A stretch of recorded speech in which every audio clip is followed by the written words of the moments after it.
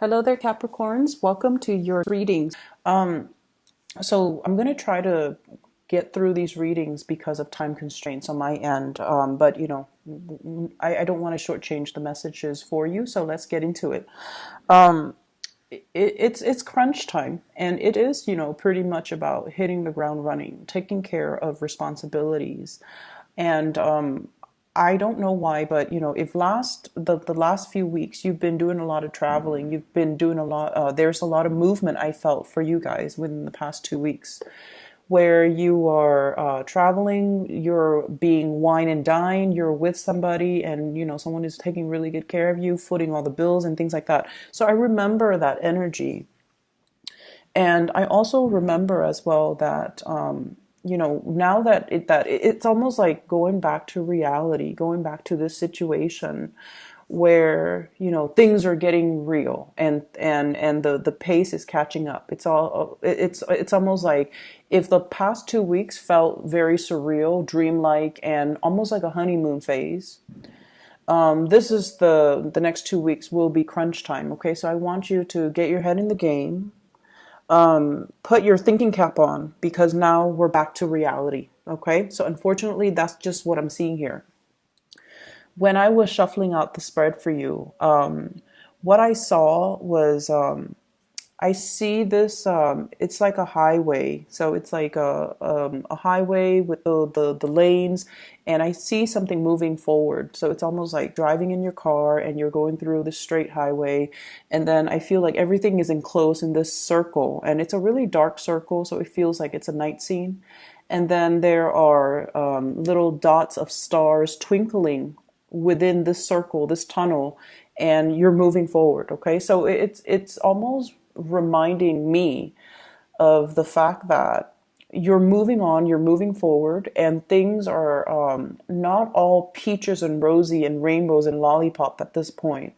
But you're getting closer and closer to the light at the end of the tunnel.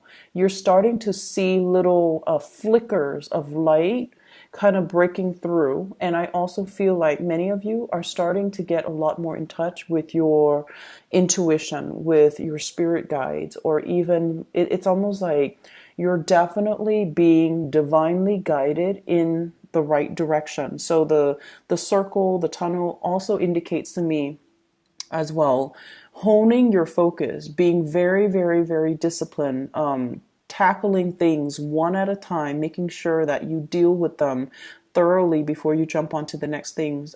You guys are much better when you're not multitasking, okay?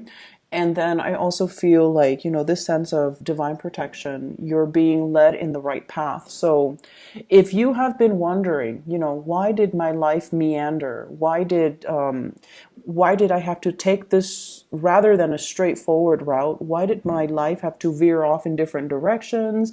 And then, it's like all over the place. And am I on the right track? I feel like your guides are telling you you're definitely on the right track.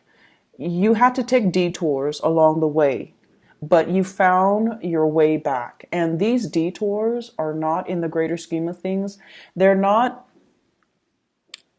setbacks. You had to, for example, your path, let's say your path is straight, and then for whatever reason it veered off into the right? And you experienced something, maybe some disappointment, some setbacks. For some of you, I feel like financial loss. For others, I feel like a lot of family obligations that derailed you from your dreams. So for example, you wanted to go to school, but then family needs you. You had to work, and you had to work full time to support the family, or you had to, the needs of your parents called out to you, and you had to pursue a specific course, or pursue something where there's a lot more money so that you could take care of them. So you had to let go of your dreams and your aspirations because of other responsibilities. So I feel like your path kind of veered off to the right, and you're just like, I wonder what it would have been like if, I went the other route. But I feel like what they're telling you is all roads converge, okay? Everything comes back together. You had to take this little detour because there was a very important lesson that you needed to learn. So whatever you felt have been setbacks or detours or delays in your life, they needed to happen because they need it. You need it to really know and understand what it is that you truly, truly, truly want. At the end of the day, what is it that I really, really want? And I feel like, you don't let setbacks and obstacles detract you from your ultimate path. And because of that, all the roads will converge and you're once again headed in the right direction. Okay, so I feel like it's a very beautiful image, but at the same time, there is still a lot of work here.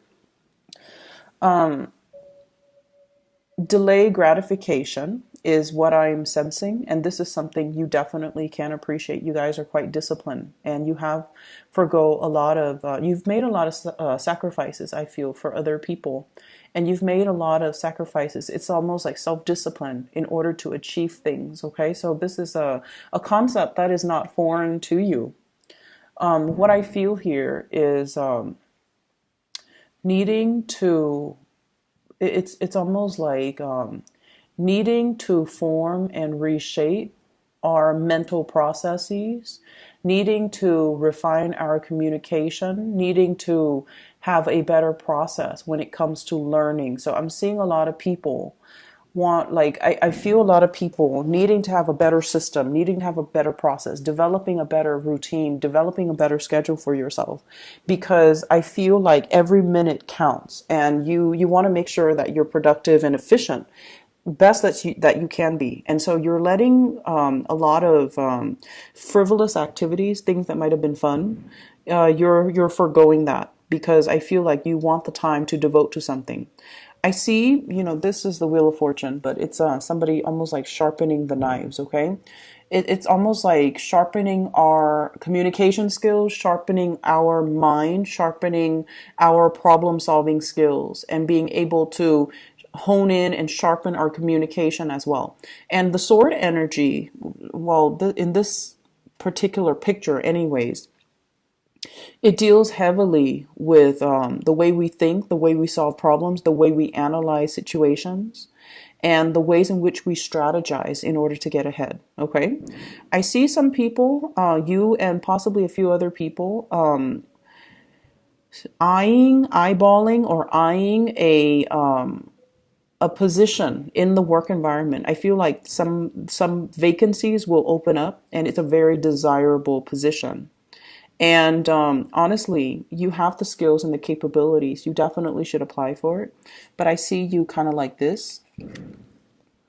Oh no, it's okay. I'll let the other people have it, or I'll pass. And you do it in a very nonchalant type of a way. And I feel like there deep down is almost this sense of, I'm not sure if I apply for it, if I'm going to get it. I'm not sure if they're going to choose me over all the other people that are applying. So there's definitely self-esteem, self-confidence issues that I'm sensing. And I feel like, you have the skills and the expertise. You definitely should go for it, and don't shortchange yourself. But I see you're at a point where you're comfortable where you're at, and you feel like, I can stay here, for possibly another 2 years and make it work. And then, after 2 years, I'll possibly apply for that higher up position. But I feel like, opportunities come once in a lifetime. And so it's really important for us to grab opportunities as they come. Okay. But I once again, I understand that you guys know, and you have a really clear, assessment of your capabilities. So for whatever reason, whatever your reason is for not applying for this or not doing this, I do feel a little bit is self-esteem. Like probably 50% of it is self-esteem. And then 50% of it is like, I'm comfortable where I'm at. Okay. And so, recognizing that, are you not doing it out of fear, or are you just really comfortable where you're at, and you don't feel like you want to put in your candidacy? Okay, so that's just something I want you to really look at for the next 2 weeks. You have a lot of love and support, and I feel like for some of you, this is a significant other, somebody who's working behind the scenes, I feel like a spiritual mentor, an emotional mentor, somebody who's telling you, you can do it. I believe in you, like your own personal cheerleader. It's almost like they're constantly hovering, like, on over your shoulders, or like that angel devil. But I feel like their energy is very spiritual. Okay. So this is somebody who really cares about you unconditionally, and they're guiding you in the right direction. They're doing things behind the scenes to facilitate, to ease things for you. So, for example, if you have a lot of work, they always have food ready. They always, make sure that they take care of your needs. Okay. If you are working odd hours, for example, they really try to accommodate you. They might, clean the house. They might do a lot of behind the scenes things to make life easier for you. And I also feel very, very, very strong spiritual protection. Somebody that has passed on, a male figure, okay? Possibly from the father side of the family, somebody that's kind of like watching over your shoulders. I see this strong guardian angel aspect, guarding over your shoulder, watching over your shoulders, helping you avoid um, car accidents. Be very careful when you're driving. Make sure you don't speed. Make sure, please do just, don't go for unnecessary joyrides, and try a little bit more to, just you guys are really cautious. It's not you I'm worried about. I feel like it's more other people, other drivers, other people on the road. So whatever you do, just try your best to, minimize the time that you're actually on the road, okay? Sorry about that. I'm trying to, my phone just came on. Um, so you have some strong guardian protection coming through for the next 2 weeks. And whenever that comes through, I feel like it's such a blessing, but at the same time, I feel like there are warning signs regarding some specific aspect in your life. There was a situation in the past where we bit off more than we could chew. And we don't want a repeat of that. That's what I'm feeling here. Okay, I have here the Ace of Swords, and I have here the Ten of Wands. Overestimating or underestimating how difficult something would be, how time consuming, how I feel like you guys underestimated the difficulty level of something. And you know that you had to do it. You know that you had to take care of it, but you didn't anticipate that it was going to be so time consuming, so difficult, so you didn't think it was going to be so draining. Okay, for some of you, this is like having children, having to take care of them, and then realizing that it's more than you could handle. You might need some assistance. You might need, childcare. You might need a babysitter. You might need a nanny. You might need some type of a outside help regarding this situation. For others of you, this is something regarding your acquisition of knowledge. And I feel like it might be school. It might be the workload. It might be training. It might be communicating or teaching or doing something, mentoring another person. It was very, very time consuming. And it was a situation where I feel like, the outcome didn't come out the way that you wanted. You're learning from past experiences, and you are not going to put yourself in this situation. So you're doing everything within your power to not let this repeat. Okay. So I feel it's almost like we don't sit there and sulk over things and the way that we feel they should be. You guys pick yourselves up of your own bootstraps. You dust yourself off and you try again with the knowledge from the previous time that you have failed. So I feel like there's a very empowering energy here about, learning from past mistakes. Okay. Not underestimating something, but at the same time, not letting fear get the best of you. Okay. But I feel like whatever the situation has been, I see something that was, the past 10 months or the past 5 months. It just, it felt to me to be very difficult, and you didn't think it was going to be that hard. And I also feel like it did dampen your self-esteem a little bit, but now you're just like, wait a minute, I've learned from it. I'm not going to blame anybody but myself, or, I'm not going to blame other people or circumstances. I'm going to take it with great strides. So I feel like you're getting yourself a lot more centered, and you're looking at the situation like it's a great learning experience. I'm glad it happened regardless.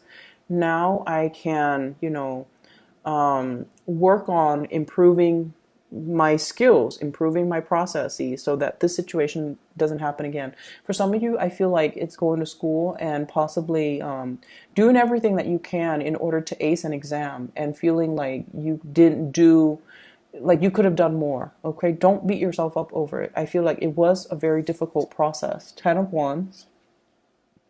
It was unexpected as well. Okay, it's almost like you knew that you had, like, for example, 5 things that you had to take care of, and you're like, oh, okay, it's going to be hard, but then, I'm going to do it. So then you anticipate these 5 things, but then along the way other responsibilities get thrown on top of these 5 things, and before you know it, it became difficult, like too much.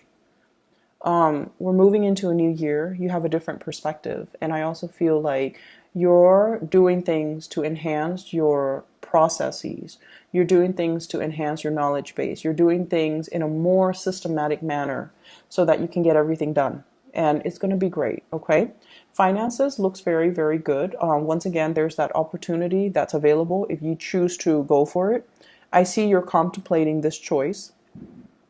There's another person in your midst in the work environment, possibly. The person seems to me to be a little bit more, you feel like they're more suitable for that role, and I think they're going to apply for it too. And you feel like they're going to get that role. So you don't want to be, competing against them, is what I'm sensing. And so you're kind of mulling this over. And I feel that you should go for it anyways, because, it's not personal. May the best winner, may the best person, may the best candidate win. And I feel like don't just depersonalize it. Don't make it into a thing. Don't make it awkward. Don't make it seem like a competition, because I feel like the other person is eyeing you as their competitor as well. So I see this back and forth between, like, should I apply for it? I might be up against this person, things like that. Okay. Let me see if there's anything else I need to focus on here.